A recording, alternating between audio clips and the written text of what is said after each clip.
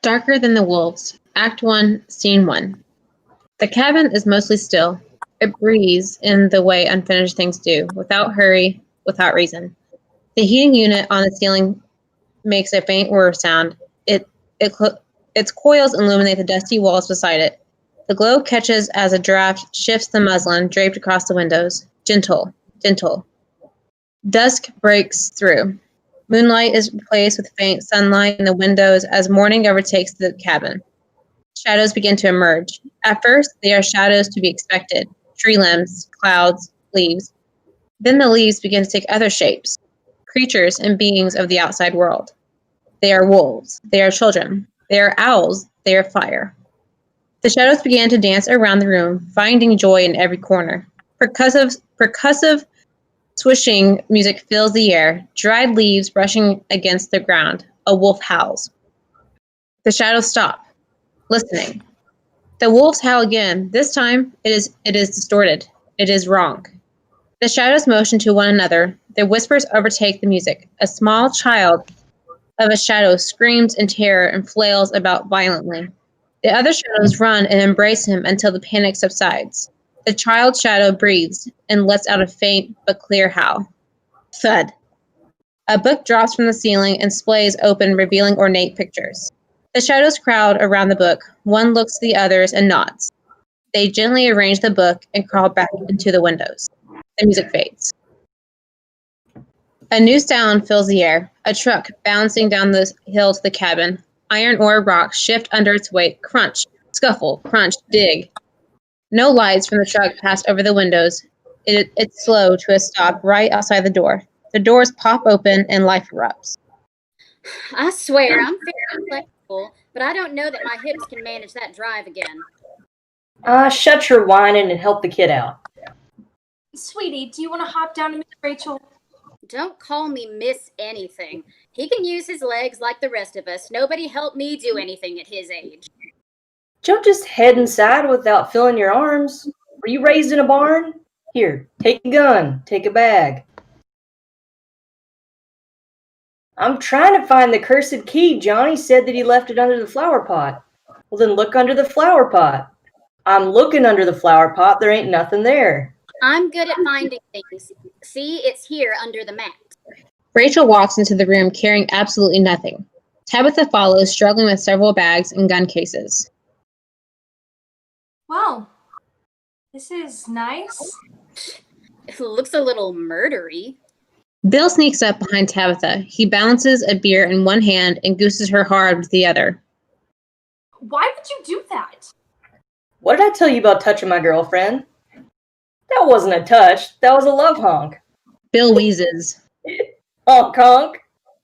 Bill honks Buck on the nose. Buck is not amused. Buck turns to pick up one of the duffel bags. Honk, honk. Buck turns to face Bill. Honk, honk. Buck doesn't let Bill finish. He slams the duffel bag into Bill's face. They stand off for a second before bursting into laughter. Why do you always do that? Hush up. Ain't none of your business what adults do. About to get a nosy as your cow of a mother. Hartley stomps away. You like it. Hey. Real men don't walk away from a fight. You gotta learn how to be angry. Use your anger. Punch a wall. Punch me. Don't walk away like a coward. Be angry. You think you can learn to do that? Hartley trips over the book. Nobody seems to notice. One of the shadows runs up to Hartley's shadow and tries to comfort him. Should we talk like that to a child? He's mine. I'll speak to him how I want. This place is nice, Bill. Thanks for getting it for me. It ain't perfect, but Johnny's done give us a roof and a heater and a blocked-off bathroom. You know, it'd be a lot easier to slip away if we got the gumption, Tabby. Old Buck's got to go out hunting at some point. Just don't give me a reason to hunt something less appealing than deer. All right, I want to get in bed before I have to wake up at the butt crack of dawn. Let's get this thing moving. The unpacking begins. Each of them begins cleaning and prepping their guns, laying out their clothes, rationing their hand warmers, and brushing dust out of the places where they intend to set them. The layout of the cabin doesn't help them. There is only one folding table. There are no chairs. The walls are, at least, unfinished, so the hunters have a place to hang their overalls where the slats stop. As people get more situated, Buck takes the cooler of food and struggles to get it under the sink. Bill takes the empty cooler to the door and wipes it down with a dry shop rag. Tabitha and Rachel start sharpening knives, taking extra care around the gut hooks. Meanwhile, Hartley sits on the floor turning the pages of the book. His eyes get wider and wider. One of the shadows points to the pictures in the book and motions when Hartley misses an important page. Buck starts rummaging through his bag. Something is missing. He digs his hands deep into the depths of the duffel. The shadows run back to the window to hide. Did you throw away my charger last night? No, I threw out the old one. One with the touchy wire. Then why isn't mine here? Maybe did you forget to pack it? Well, how would I have done that? All right, Squeaker, where do you want to sleep? You can get the first pick if you want. I don't know. You normally like to sleep by the wall. It's cold here. You want to push your cot up to one of ours so you can stay warm? No. You sure? Maybe next to Dad? Sure thing. I'll get this one if you want to get that one. Rachel yanks a cot out for Hartley's hands. Not this one. This one's mine. And what makes you think you're sleeping inside? I have freaking scoliosis. This one looks firmer than the others. It's a cot. And since when? Always? You were fairly flexible a few minutes ago. Clearly, you've never had a back problem before. What are you even saying? All right, Your Highness, here you go. There's only 4 cots here, you know. You sure look a bit better at this angle. Why don't we just bed up together and save everyone else the trouble? All right, that's enough. I swear if you weren't the one who got the place, I'd throw you out. You're already in, but I'd like to see you try. Buck pulls out an antler-handled knife and raises it above his head, arm quivering, only half joking. That old round thing's as dull as they come. What are you gonna do, bludgeon me to death? Bill mimes hitting himself with a knife and makes sputtering, gagging noises until both of them start laughing. Who packed the pouches? She produces a single box of Capri Sun-type drink pouches. Nothing wrong with a little harmless fun. Why do you just have these? Makes some people like you more. Sugar and no water. Fun. Pure fun. And he's sharing. Come on now. May this be the hunt to end all. Here, here. May we fill our tags and someone else's. Woo! To live in nature. Ouch! Stupid phone shocked me again. Forget that. To pretending like we live in nature. Yeah! To stopping this nonsense and just drinking the darn things. Amen. Rachel goes to the sink to wash off some of the sugary liquid. Miss Rachel, do you want to read me a story? Nope. Will you read me a story even though you don't want to? All right, you need to stop being so selfish. I just want to get a drink and to get ready for tomorrow. Ugh. Oh, great. That's just great. The water pipes froze up. What? You idiot! When did you ask Johnny to turn on the heat? It's been on for a week, you said. Relax, y'all. I'll be the responsible one. I want my water. Hand me Johnny's number. I'll be the responsible one. Dad? Hush. Dad? Hartley, we're trying to get water. Go be useful. I don't have any signal down here. I'm going to walk up the hill a bit. She goes. Uncle Bill? What, Squeaker?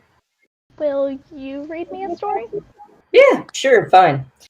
You know, how come you never asked me to read when you stay over anyhow? Bill hobbles to one of the cots and sits down, hunching over the book. He flips through the pages. He stops on a picture of a wolf with a child's head sticking out of its mouth. There is no body attached. What in the world is this? What is this? This ain't what you need to be reading.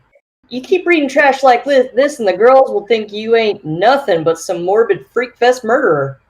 You need to switch you to some like Louis L'Amour or some John Wayne stuff. That'll teach you how to ravage like a real man. It'll put hair on your chest and some other places. Get this hawk out of my face. Bill throws a book to the ground. How about this? Bill gets up and pulls a newspaper from his bag. Read the news. You won't find better stories. See? Prostitution ring shut down in Howell County. Don't know how those ones was drawing a crowd.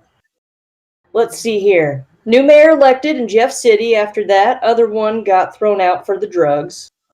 She could use a bit more makeup. Here we go. Zizzers volleyball takes high school championship. Look at that one for a while. I'd rather have a story. You never... Let other people hear our bedtime stories, I know. The doors open. Rachel enters with a gum wrapper in hand. There's a phone number written on it.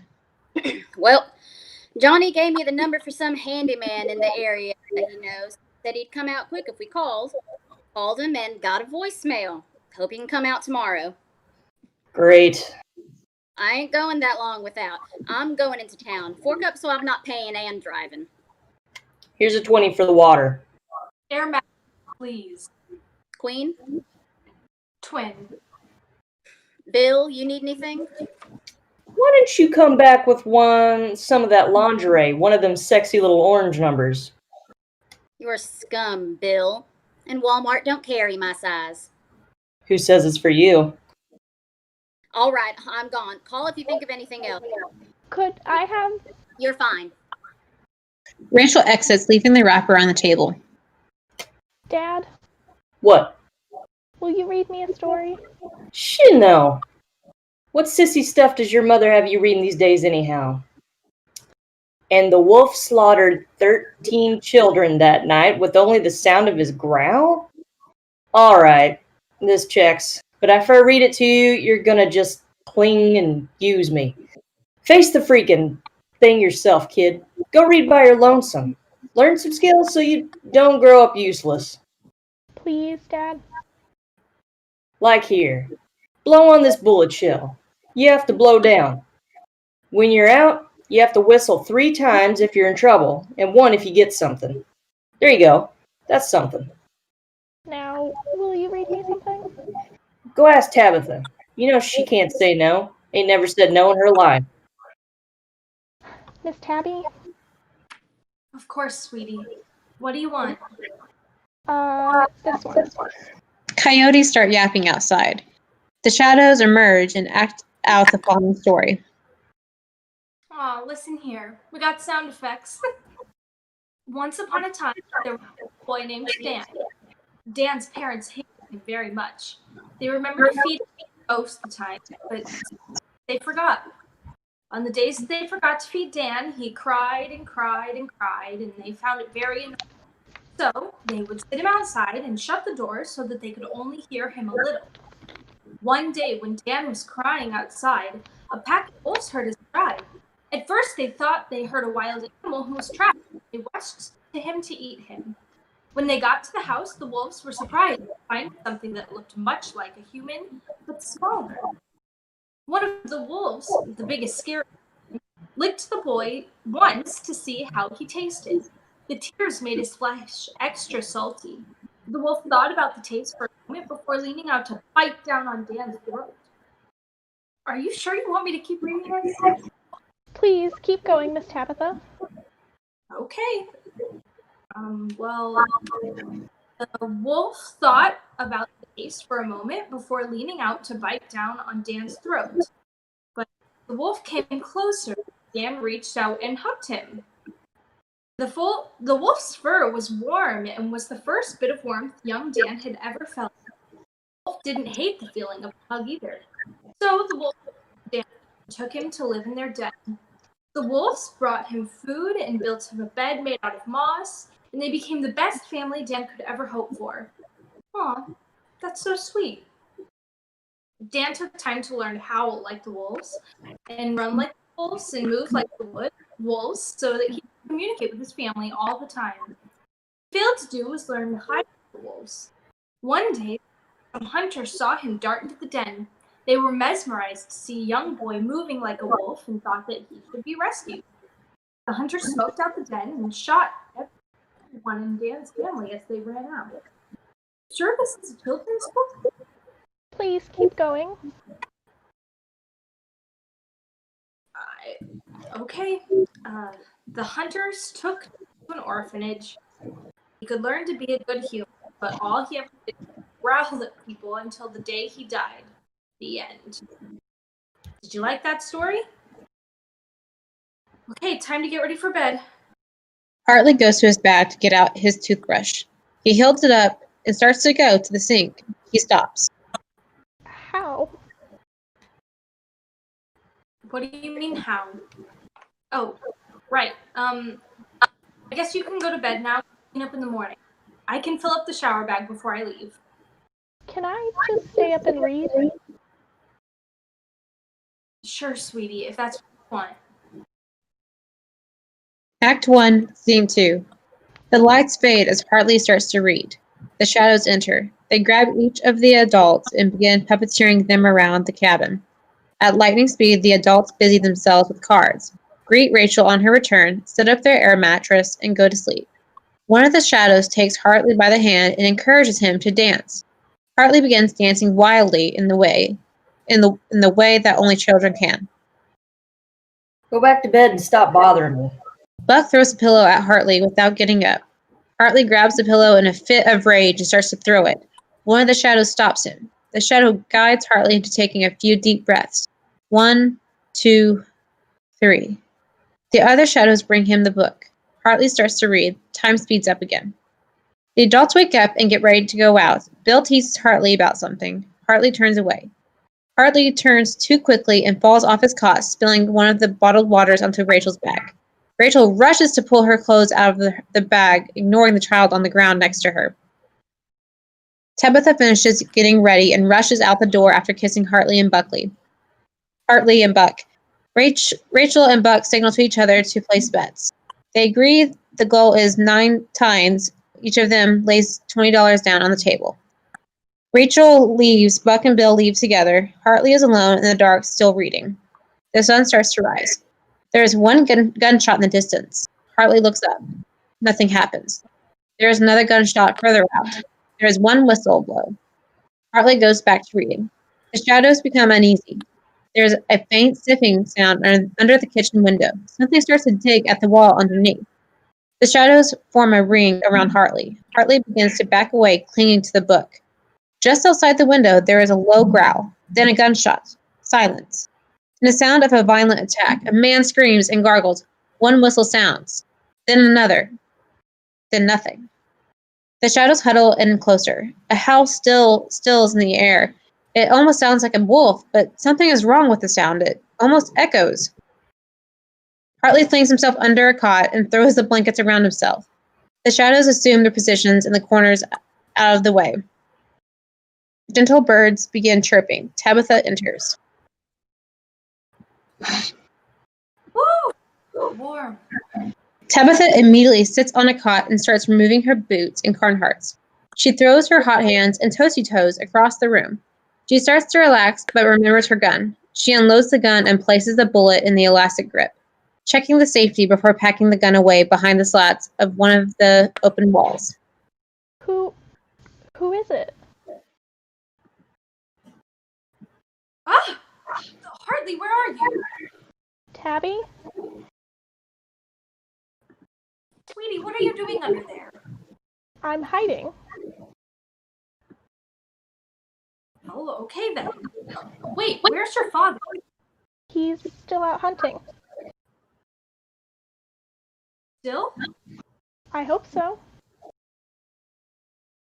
And he left you here? Yes, ma'am. It's okay now. I'm here. You aren't alone anymore. You can come out now. No. Okay. Why? Is the wolf gone? What? Is the wolf gone? That was just a story. aren't wolves here. Yes, there is. I heard it here. Wolves don't live around here. I heard it howl. Ow! Trust me. Okay, you heard a wolf. I'm sure it's gone now. My goodness, you're shaken. I'm gonna give your father a piece of my mind. He never should have left you alone like that. Are you angry? Buck's footsteps trudge near the door. Tabitha flings the door open. Did you forget anything? Did you find my charger? No, I found your child, huddled under a stinking bed. Buck comes through the door. He towers over Tabitha. Excuse you? It can't be good leaving a child his age alone like that. Did I ask your input on how to raise my son? I just think that... No, you don't ever think. Listen, I need to clean my gun. Check the chuck for a cloth. All right. She goes. Tabby? Why on earth were you hiding? I... Do you want to make it look like I don't love you? That woman ain't got brains more than the man in the moon, okay? You want to go on and get her to call CPS and then they'll take you away and you'll never see your mother's fat rump again? I heard a sound. I don't care about any sound. The only thing you need to be listening to right now is me. You don't ever listen. I heard a wolf. It was angry. You didn't hear any wolf. Yes, I did. Tabitha enters with a cloth in hand. She takes Buck's gun to the table and starts to polish the outside. So, did you get anything? I heard you shoot, but you didn't whistle out. Yeah, okay. Listen to this. I popped a thick doe right after daybreak, right? Lung shot clean. She was going to fall in a few seconds, and right as she started to lean, a whole pack of dumb coyotes come running out of the woods. Adrenaline must have kicked in because she took right off. I heard him get her down by the old put-in. Well, that sucks. Tabitha grabs Buck's gun sleeve to get the better rod. Wolves got your deer? Not wolves, thickhead. Coyotes. Okay. Your mother needs to stop filling your head with these dumb ideas. Rachel throws open the door. Her hands have blood on them. You got your knife, Buck? I left mine in the truck. Buck tosses the knife to Rachel. You got something? Well, come see. Grab the hook and check the knot. This thing's an elephant. Buck hands Rachel to the hook, but doesn't follow. He turns to Hartley. You want to come learn to field dress? No, thank you. You have to learn at some point. I don't want to. Tabitha packs Buck's gun into its sleeve and tucks it into the wall with hers. Why not? I just don't feel good. What, are you sick or something? I just don't want to. You've got to learn at some point. Buck grabs Hartley's hand and starts to drag him outside. Hartley struggles to pull away. Tabitha turns to look at the wall. I don't want to. I don't wanna. Please, no. No. Wimp. Fine, if you want to stay a wimp, you want to stay a sissy, you stay here. Read your trash. Hey, it's starting to sleep. Give me a hand to get her up before it starts. Buck doesn't say a word. He storms out of the cabin, meat cooler in hand, motioning for Rachel to stay put. He starts tying up the deer, and the swaying mass interrupts the lights on the windows. Bill get anything? I heard him shoot twice, but no whistle. He ain't in yet? Old geezer's staying out because he can't stand to lose to me. That sleep'll serve him right. A loud ripping sound breaks through Rachel's bragging. Is he seriously trying to skin right now? Rachel exits. You okay, kid? I guess so. What's wrong? Too much death. Tabitha packs Rachel's gun into its sleeve and tucks it away without cleaning it. There is only one case left on the floor. Oh, well, death is okay. It's normal. You'll just have to get used to it. What if I like it? Rachel comes back in, stomping some sleet off her boots. Idiot forgot the water's off. I told him to check the well house. I'm gonna call up that handyman again. I tried to call on my way in. The clouds were too thick. Crud. Rachel goes over to the table and to grab a gallon bottle of water to clean the blood off her hands. As she reaches across the table, she rests one hand on the book. My book! Fine, it's just a bit of blood. It's blood on my book. Clean it off. One of the shadows rushes out to watch what happens. Hartley sees him and takes another breath. Don't get angry with me. I need water. A scream from Buck can be heard coming from the kitchen's window. Tabitha rushes to look but can't see through the sleet. Calm down. He probably got his overalls hooked on a nail. He ain't the brightest. No, that sounded bad. I can't see that far. Buck comes rushing through the door, noticeably out of breath. Bill's out there. What? Bill's out behind the house. About 15 yards out. Something got him real bad. What? I don't know what. Come give me a hand. The adults all run outside. They leave the door open slightly. Something scratches at the door and starts sniffing. The shadows inch toward the door, silently growling. Who's there? The sniffing stops. I know you. I know you, and I'm not afraid. One claw slides down the door all the way from the top to the bottom. It swings open slowly. There is nothing there. Hartley pushes himself against the counter and waits. Whatever it is gone now. Hartley runs over to the book and clutches it to himself, but the blood gets on his hands. He scurries to wipe it off, but it sticks. The adults appear at the door carrying Bill. Bill is covered in mud and blood. He is breathing, but only barely. Put him on that cot. What on earth could do that? Curse if I know. The shadows rush to Hartley and point to the book. He grasps and starts turning pages. Will he be comfortable with his arm like that? Leave him be. He ain't gonna be comfortable at all. Right. Hartley finds the page, an illustration of a mauling. Hartley holds up the picture. It is a perfect match. He snaps the book shut and shuts and locks the door. Buck and Rachel move about, trying to figure out what to do with Bill. Dad? Not now. Tabby? What, sweetie? I said I heard a wolf before. It weren't a wolf. Stop yelling. Make yourself useful and call 911. There's no signal. The clouds are too thick. Great. I can't take it when you yell. I got the water. I guess I'll go start the truck, too. Rachel exits, struggling with the now locked door. Can we all fit in if Bill has to lay down? No. The truck tries to start once. Are you going to stay here with Hartley? The truck tries to start again. Woman, which one of us can carry Bill? The truck barely even tries to start. Right.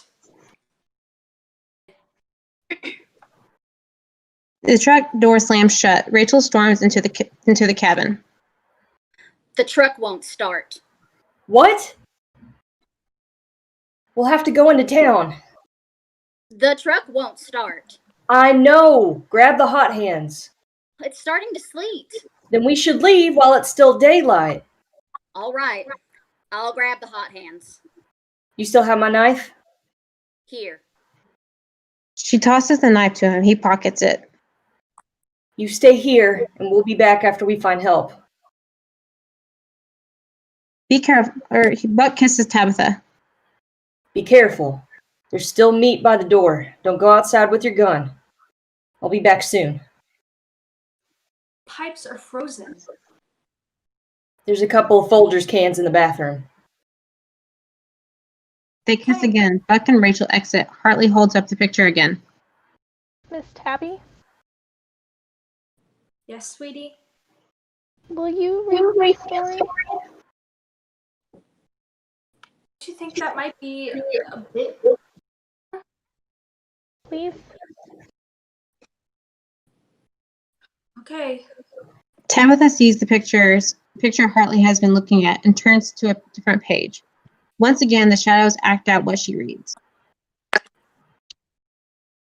Once upon a time, there was a little girl named Hope, but nobody outside knew that her name was far too old for anybody to see her name anywhere.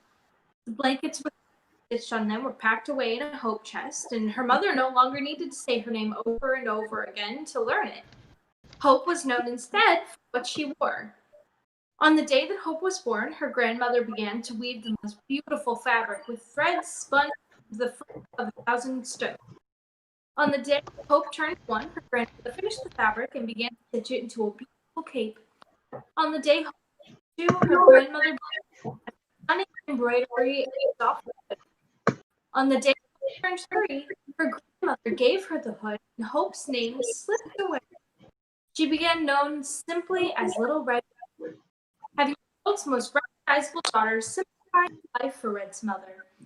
Red, she never had to waste time writing a note to send to the child as she bounded to the nearby town. The butcher recognized the hood and gave Red whatever she needed. So did the baker, and so did the soap maker. Red got what she needed and ran home no trouble. Red's mother let Red do whatever she pleased, except when Red's mother sent her on mission. On those days, Red's mother offered little more than a go here and this. One day, Red's grandmother was very sick, and Red's mother was too busy to take her food. So Red's mother handed Red a basket and told her, "Go here, take this." Now, any normal mother would have warned her child not to talk to strangers or wander off the path, but Red's mother never bothered, and Red set out on her own. Red had walked a little more than 2 miles when she heard the sound of a creek running nearby. After all of that walking, Red was very, very thirsty. She slipped off into the brush to find the creek. She didn't have to go far until she found the cool running. She splashed her hands into the water and pulled up a nice big drink that she gobbled all up. Then she splashed up another and another and another. She started to splash up a drink, but she noticed something odd above her in the reflection. Red gasped. "Well, aren't you an adventurous soul?" said the massive wolf behind her. "Have you ever come out this far before?" Red explained that her mother had given bread and told her no more. There, take. The wolf was very pleased. "Have you ever heard anyone say don't talk to strangers?" She hadn't. "Ah, well, you shouldn't talk to strangers." "Luckily, I'm no stranger. Look around you. You are in the woods. I'm part of the woods. What could be less strange than me?" Red couldn't argue with that logic, and she wanted to rest. So she sat down and talked with the wolf for a while. She learned that his name was Reginald, he liked to eat sheep, and that it felt really nice to talk to someone for a while. Reginald learned that Red couldn't remember her name at all, and all that she knew about life was that she wore a red hood. Red talked until she fell asleep on the wolf's fur. When Red woke up, she was alone by the creek. It was night. She called out for the wolf, but she heard no answer. She felt around in the dark and found the bed. She remembered what she set out to do, and she stumbled back to the path. She followed the path further and further while the owls and the frogs sang around her. She was only a little scared of being alone at night, and only a lot scared of sounds moving around her. Finally, she saw the glow of her grandmother's fireplace at the end of the path. She hobbled quickly to the door. It was a little bit open. Red was glad her grandmother remembered this time from home. She pushed the door open and called, "Grandma!" A familiar voice floated through the air. "I'm in here, darling." Red went to the bedroom and was astonished to find her grandmother quite ill and misshapen. "Grandma, what big ears you have!" "All the better to hear you with, my dear," the old granny said. "Grandma, what big eyes you have!" "All the better to see you with, my dear." "Grandma, what a big mouth you have!" "All the better for hunting, dear friend." In that moment, Red realized what had happened.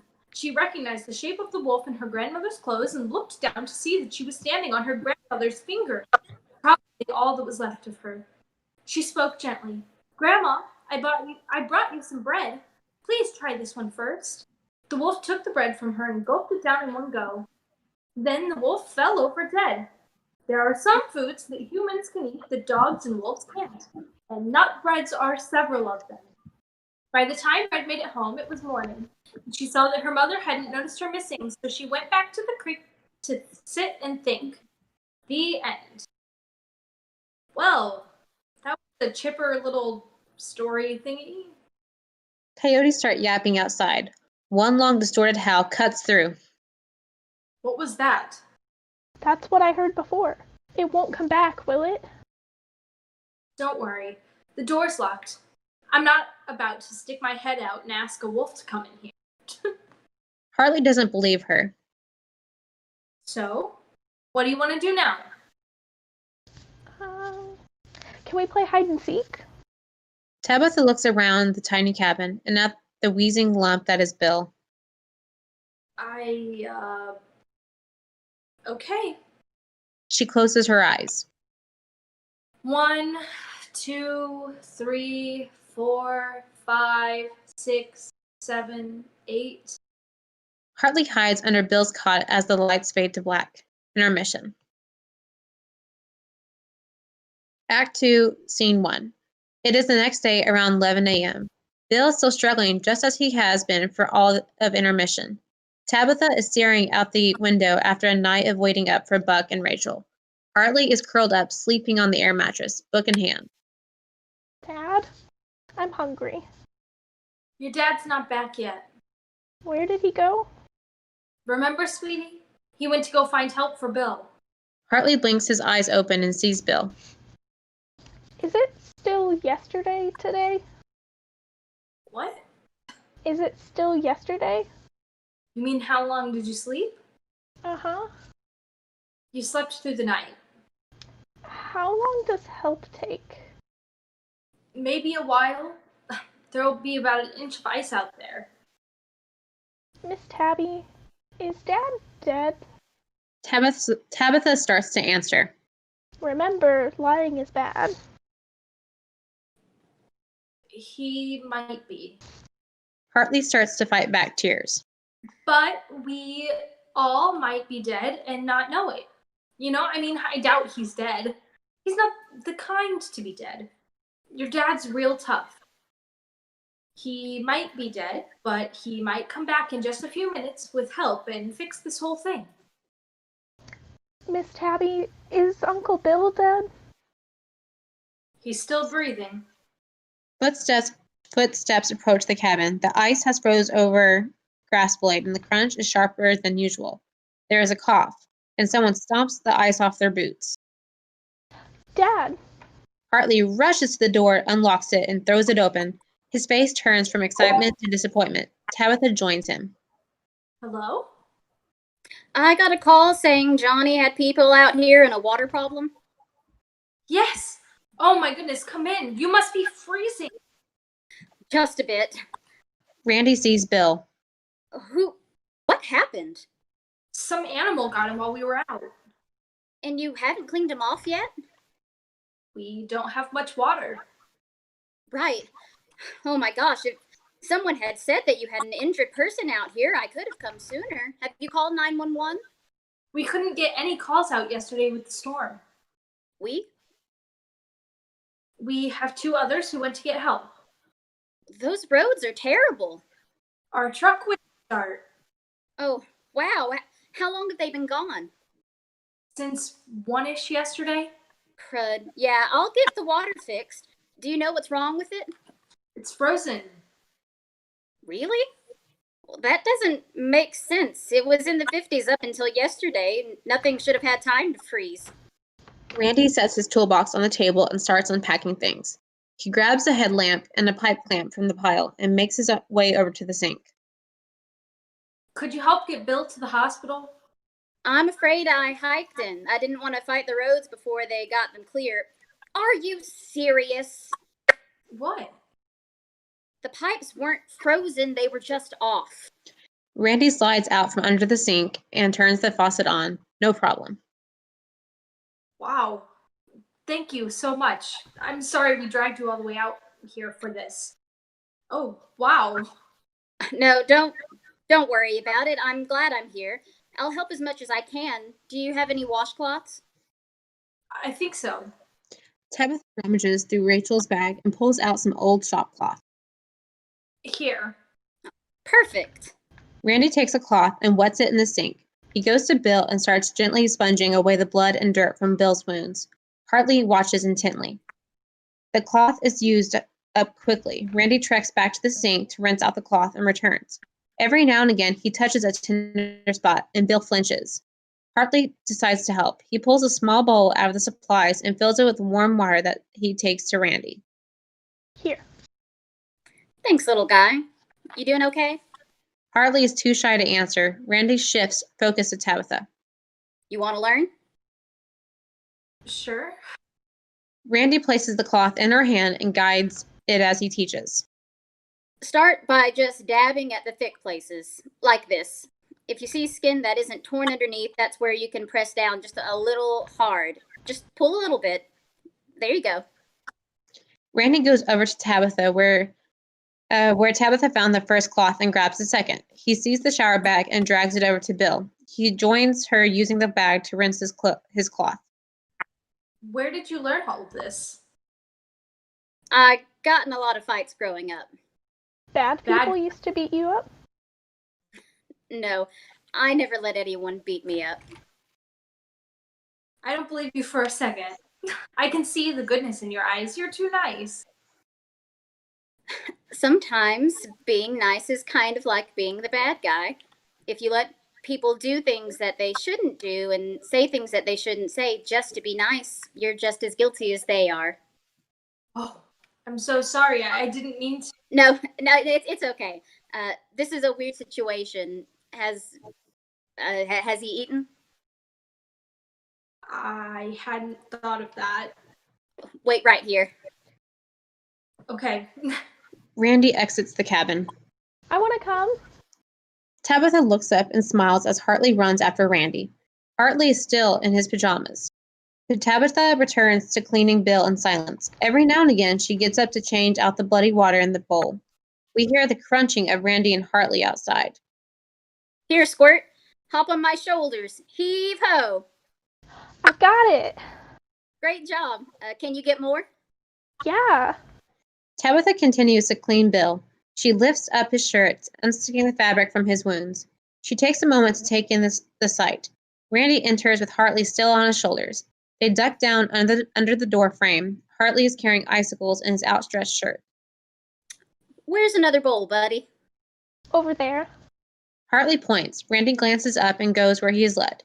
Randy lifts the bowl to Hartley's level, and Hartley drops the icicles one by one into the bowl. 1, 2, 3, 4, 5, 6, 7, 8, 9. 9! You done good. Now, here, take a small chunk and break it off. We'll set it right here along his tongue so that it can melt and he won't get thirsty. Cool. Do you know a way to get him food? Do you have any soup? I don't think so. Then the best thing that we can do is to keep him hydrated until the roads melt tomorrow.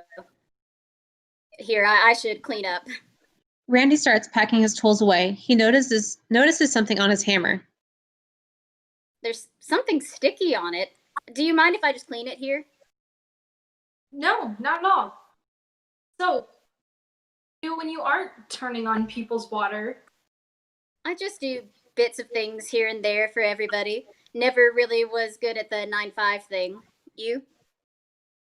Data entry. One of those do as you're told gigs? Basically. Randy laughs. So, is it just you and Little Bit here? She's not my mom. No? I'm dating his dad. One of the ones out looking for help? Oh, here, let me help some. Randy goes back to cleaning Bill. He finds himself staring at Tabitha for a second.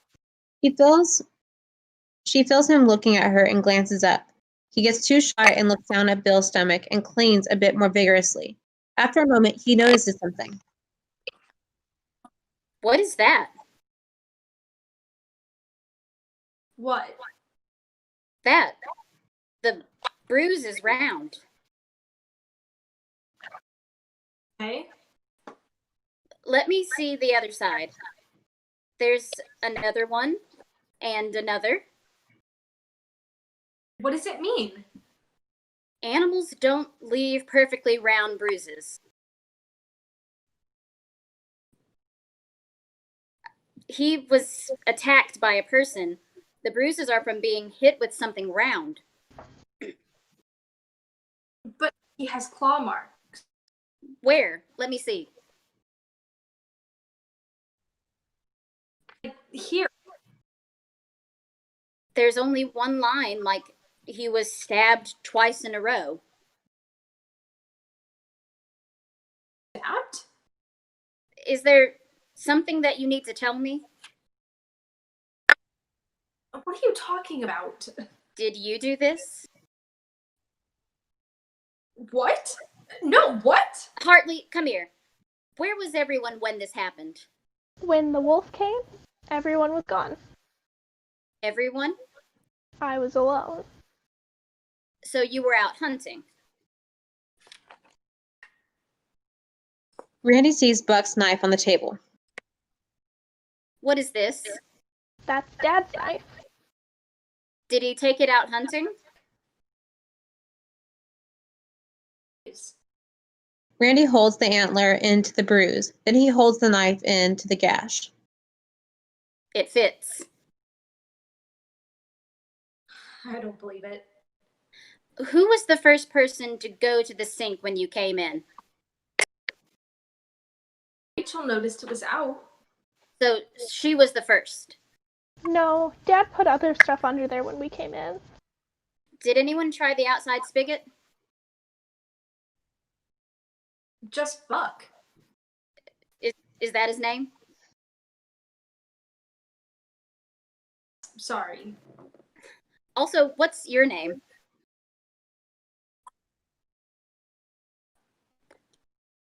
Randy. Wait here. Randy walks outside, checks the spigot, and returns. It works just fine. Who found the body? Buck did. Did he have any reason to be mad at Bill? Bill kind of hit on me last night, but he hits on everyone. He does weird things. This isn't happening. You said that he went to find help with someone? Him and Rachel left yesterday. Does he have any reason not like Rachel? I don't think so. That's not true. Rachel got a deer and he didn't. I bet she's talking all about it. Well, even with the ice, he should have been back by now. What should we do? We need to get out of here. I don't know that I can walk in all of this. Are you sure that the car won't start? I'm not sure of anything. We heard it not do the purr thing. Yeah, I guess we heard not engage. Well, I want to take a look. Do you have any keys? She searches. No, Buck took them with him. No worries. Randy goes to his toolbox and pulls out wire cutters and a screwdriver. He goes outside and smashes the window in to pop the door open. Tabitha paces around in the cabin while Hartley watches through the door. When Dad gets back, can we go? I don't know, sweetie. But I want to go. Woo! What's that about? He's just a little stressed, I think. Well, I've got bad news. The engine's seized. All of the oil is on the ground. We can't leave. What if he comes back and finds you here? You have to go. You have to. Miss Tabby, why are you crying? I'm not, sweetie. What exactly is your plan for when he gets back? I don't know. Listen, I can stay here tonight. Tomorrow the roads will be clear and we can get out easier and hitch a ride into town. What about Bill? We'll come back for him after we get you and Hartley out. So we're leaving tomorrow? Then we get to go. Yes, sweetie. What'll we do until then? Well, here after a bit I can make some lunch and Well, what do you want to do until then? Oh, we can play games, or we could run fast like lightning.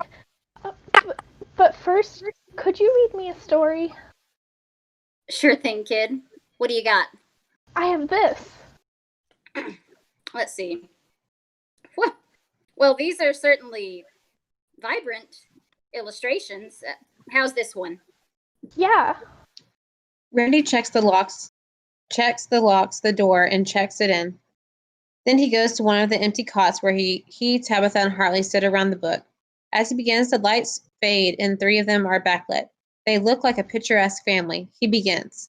This time, the shadows do not act out the story. As Randy reads El Lobo Gran, the shadows and wolf shapes march methodically and merge into one giant tree.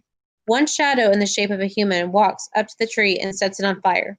The tree burns completely and dissipates with only ash left behind. Once upon a time in Italy, there was a town called Gubbio.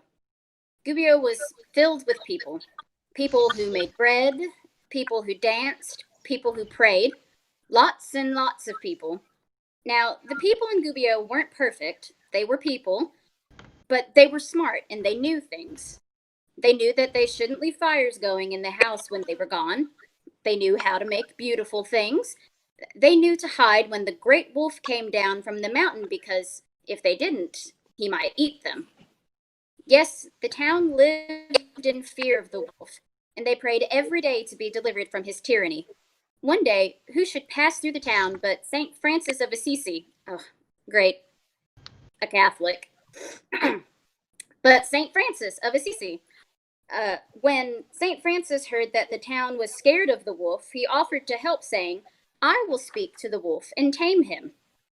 But the people did not like that idea too much. They would be heartbroken if their beloved saint turned out to be a quack who got eaten by a wolf. So they begged him, "No, please do not try. We are okay being eaten on occasion." St. Francis did not listen to them. He went out of the city and up the mountain. He did not have to travel far to meet the wolf. The wolf was right outside the gate, waiting to see if any idiot might wander out in a drunken stupor. The wolf was surprised to see the saint so sober. "Well, you must be the wolf that this city talks about so much," the old saint said. "Yes, it is I. I eat those who stray too far." St. Francis was a busy man and cut straight to the point. "Why do you keep eating people, and how can I get you to stop?" The wolf gave one of those faces that a parent gives when a child asks why they're being punished, while still being covered in the same Sharpie that is clearly on the 100-year-old china. "I am a wolf. I need to eat, but the people here have brought all of the sheep and goats into the city. They hunt all of the small creatures. What am I left to eat? I cannot eat the goats anymore, not while they are alive, but I can eat them as they digest in human stomachs." St. Francis thought, "Is there no way for you to eat wild food?" "None," replied the wolf. "There is none left." St. Francis thought again. What if the people fed you? Would you stop eating them then?" "Of course," said the wolf. So the saint and the great wolf walked into the town side by side, the wolf panting and leaping like a happy puppy. The townspeople were agog, and they promised to do as the saint instructed and feed the wolf every morning and every night so that he would never want for anything. St. Francis stayed for a few weeks, and in those weeks, the arrangements transformed the town into a wonderful place. Children played in the streets without fear, and the wolf, who was growing rather attached to the people, had set up station near the town gate where he could watch for any potential invaders. When St. Francis saw this, he was quite convinced that it was time for him to leave. The next year, the old saint came back. When he did, he found that the town was in a worse state than when he discovered it the year before. People would not so much as even leave their houses. Every family had a story of one of their loved ones being taken by the wolf. Bodies were strewn about the streets of the town and on the doorsteps. St. Francis couldn't believe all that he saw. He set out to find the wolf, and he found the wolf holed up in a cave on the mountain. "Well, what have you done, old friend? Why do you kill the people of the town?" The wolf sighed. "Do you know what they did after you left? They were kind for a while, but when the memory of you faded, they saw me only as a menace. I was not useful to them unless they could use me, and they could not. They started asking me to do this or do that. Then they started telling me to do things, and when I did not comply, they kicked me and threw dirt in my eyes. They do not want a friend that they cannot control. So I stopped taking their scraps and returned to taking their lives. It is a kindness to all. St. Francis decided that the wolf could teach his lesson better than his own sermons, so he slipped off into the night and let the wolf have his reign. The end. The lights return. Hartley has not noticed any of the shadows' story. The shadows appear, or disappear. So wolves are good sometimes? I don't know that they're ever good or bad. I bet they can act like it, though. Any dog can wag its tail. At the end of the day, I think that they all just act however they think they need to survive. Natural.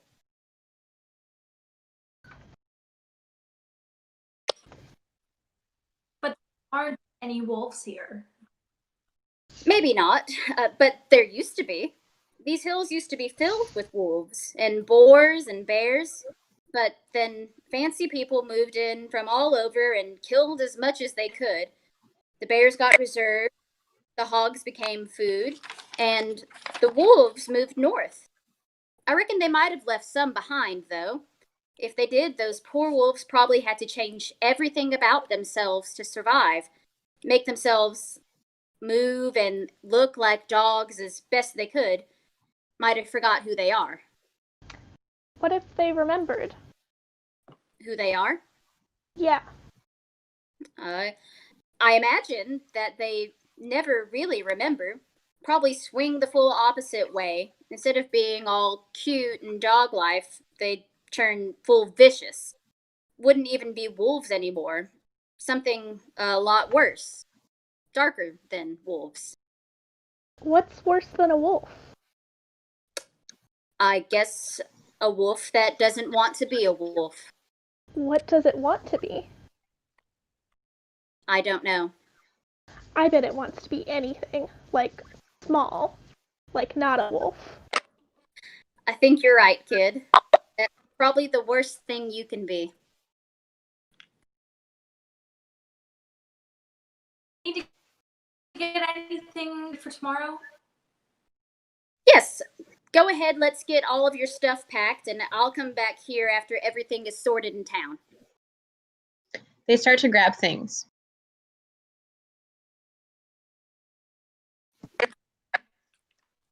Hey, thank you so much. Of course, it's the natural thing to do. Beat.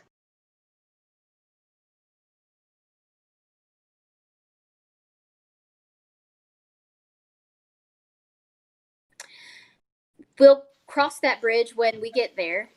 Until then, let's get everyone packed to go to bed early. We'll get out when we get up. Act 2, Scene 2. Time speeds up again. Randy helps Tabitha and Hartley pack. They return to cleaning Bill and get as far as they can. Dusk settles in and they eat something. They all get in bed and Randy turns out the light. The cabin is completely dark for a moment. Then the moon rises. The shadows creep back in. They are faint. A flesh and blood creature emerges in the middle of the room. It is somehow darker than the shadows. Its claws rake against the floor.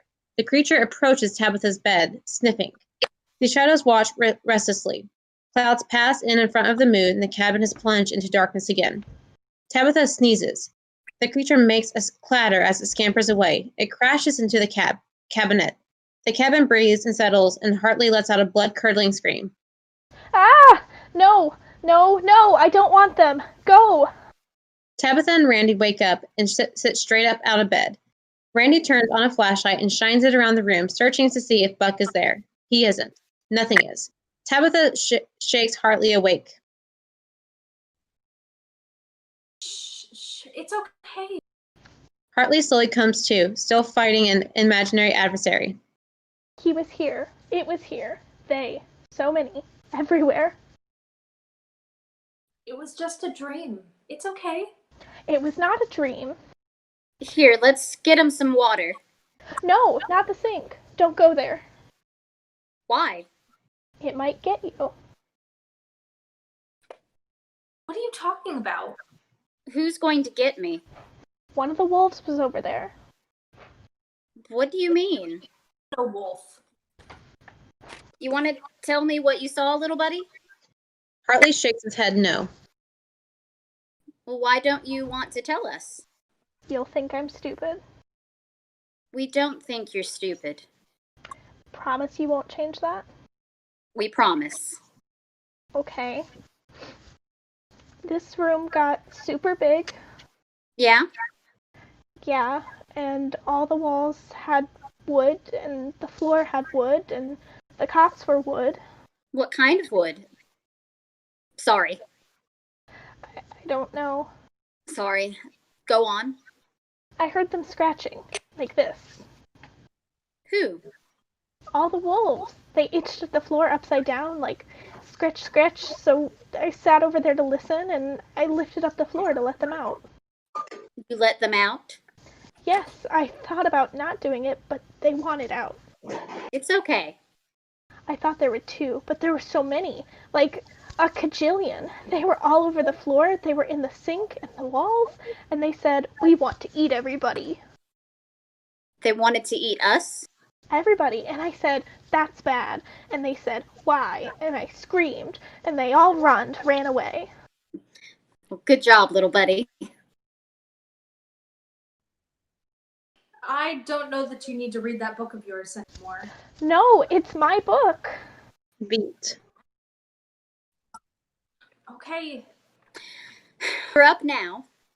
Randy looks at his watch. It's 2:00. Let's go ahead and head out. Yeah. They start adding their layers. Everyone is still wearing what they wore the day before. The light from the moon has gradually grown. As Tabitha and Randy move about, the shadows emerge in the window. They silently howl and run away. Hartley seems to comprehend what they say. He doesn't seem to like it. He shoos them on. Put on, Hartley? Yeah. Tabby, Yes, sweetie? if I asked to eat 5 billion donuts, would you let me? I don't think your family would like that. But would you let me? That's what you want.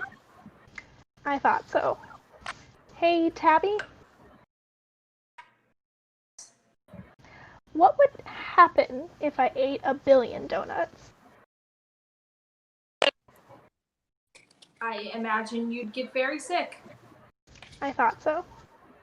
Tabitha opens a hand warmer and shakes it to get the oxygen going. Hey, Tabby? Yes, sweetie? I think I hate you. At the door, Buck stomps the ice off his boots. He coughs a little. He tries the door. It is locked. Randy points the flashlight down so it makes less light. Buck tries the door again. No luck. He tries pushing harder. No luck. He knocks loudly. No response. Tabby, are you in there? Buck pounds louder. Do you hear your other friend? No. Well, ask him where she is.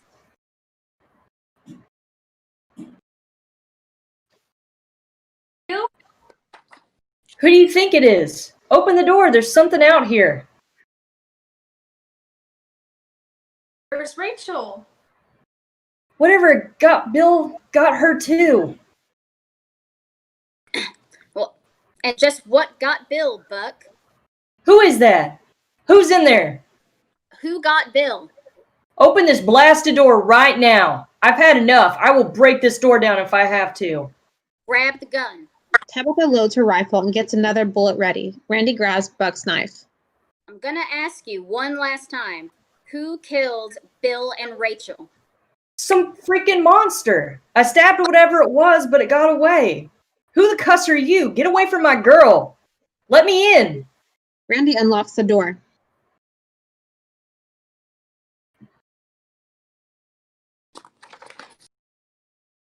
I trusted you. I loved you. You cheating sow! Randy throws the door open and stands in front of Buck. Don't you dare talk to her like that. For a moment, they seem evenly matched. Then Randy holds up the knife. How? You! Buck lunges at Randy. Randy shoves him back to the center of the doorway. Randy jumps aside. Shoot, Tabby. Tabitha shoots and screams at the same time. She hits.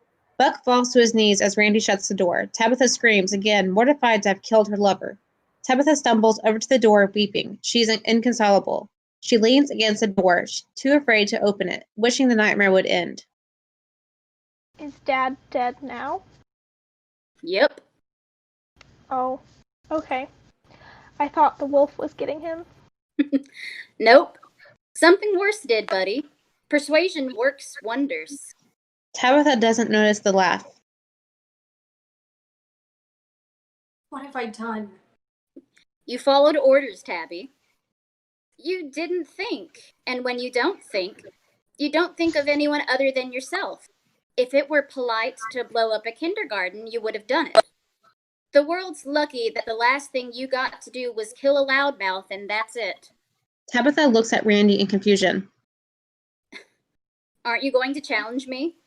Aren't you ever going to say no? Randy goes to his toolbox and pulls out the hammer. Animals don't leave round bruises, sweetheart. Monsters do. Tell me no. Tabitha cowers against the door. Tell me no.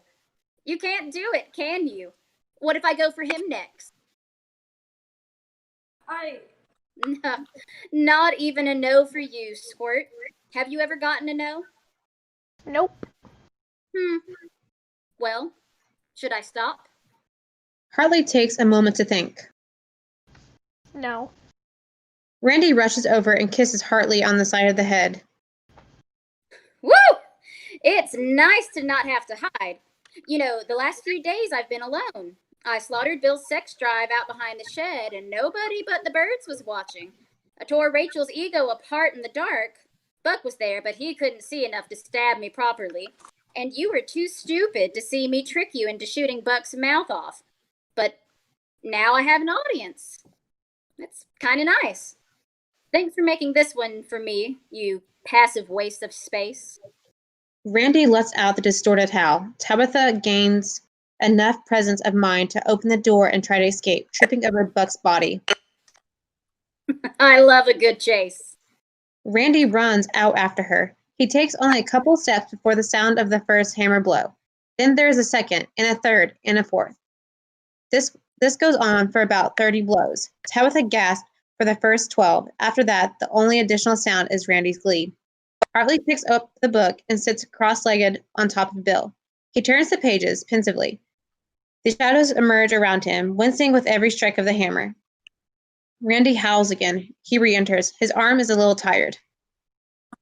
Well, that's done. It seems I got something sticky on my tools. You mind if I use your sink?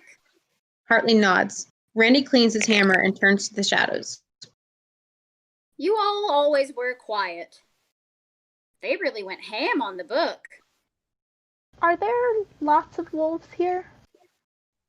I imagine there are wolves everywhere. Lots of them.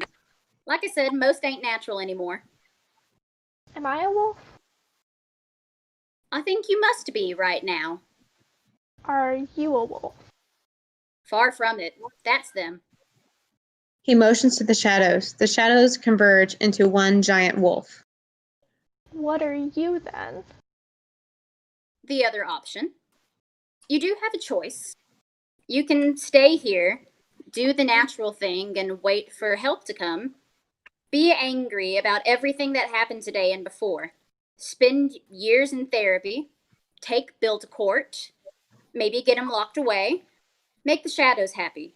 Face the flashbacks. Accept that you will always be a little angry and try not to hate yourself for it. That's one option, but it's a long play. What's the other plan? Forget it. Go your own way. Forget everyone else. Look natural. Howl with the rest. Be darker. Pass it on. Hartley looks to the shadows. They act out the kinder moments from the first two stories. the wolf pack adopting the child, Hope resting by the wolf at the river. They rebuild the tree. Their wrestling brings back their beautiful music. Randy reaches across Hartley and picks up Bill's hand. All that looks nice, but you know how that can end. How do you feel about this hand, kid? Are you angry, Squeaker? No, Are you sure you're not angry? I'm not angry. You should be, but you're scared of it, aren't you? You have to be something. You have to do something. Hartley throws Bill's hand across Bill's mouth, turns around, presses his own knee onto Bill's hand, and squeezes his hands around Bill's nose. Bill's chest moves more forcefully for a few seconds, and one foot flexes. Then everything is still. Randy gets up and hands the book back to the shadows. It disappears into the window. You made the wrong choice. Are you mad? Nope. Just glad to have company. Hartley holds his hands to be picked up. Randy lifts Hartley above his head, and they walk out together, stooping only to duck under the door and stepping over Buck. The shadows overtake the cabin. This time, they make sound, a beautiful, mournful, natural howl of a song. They rustle and fade back into leaves. The end.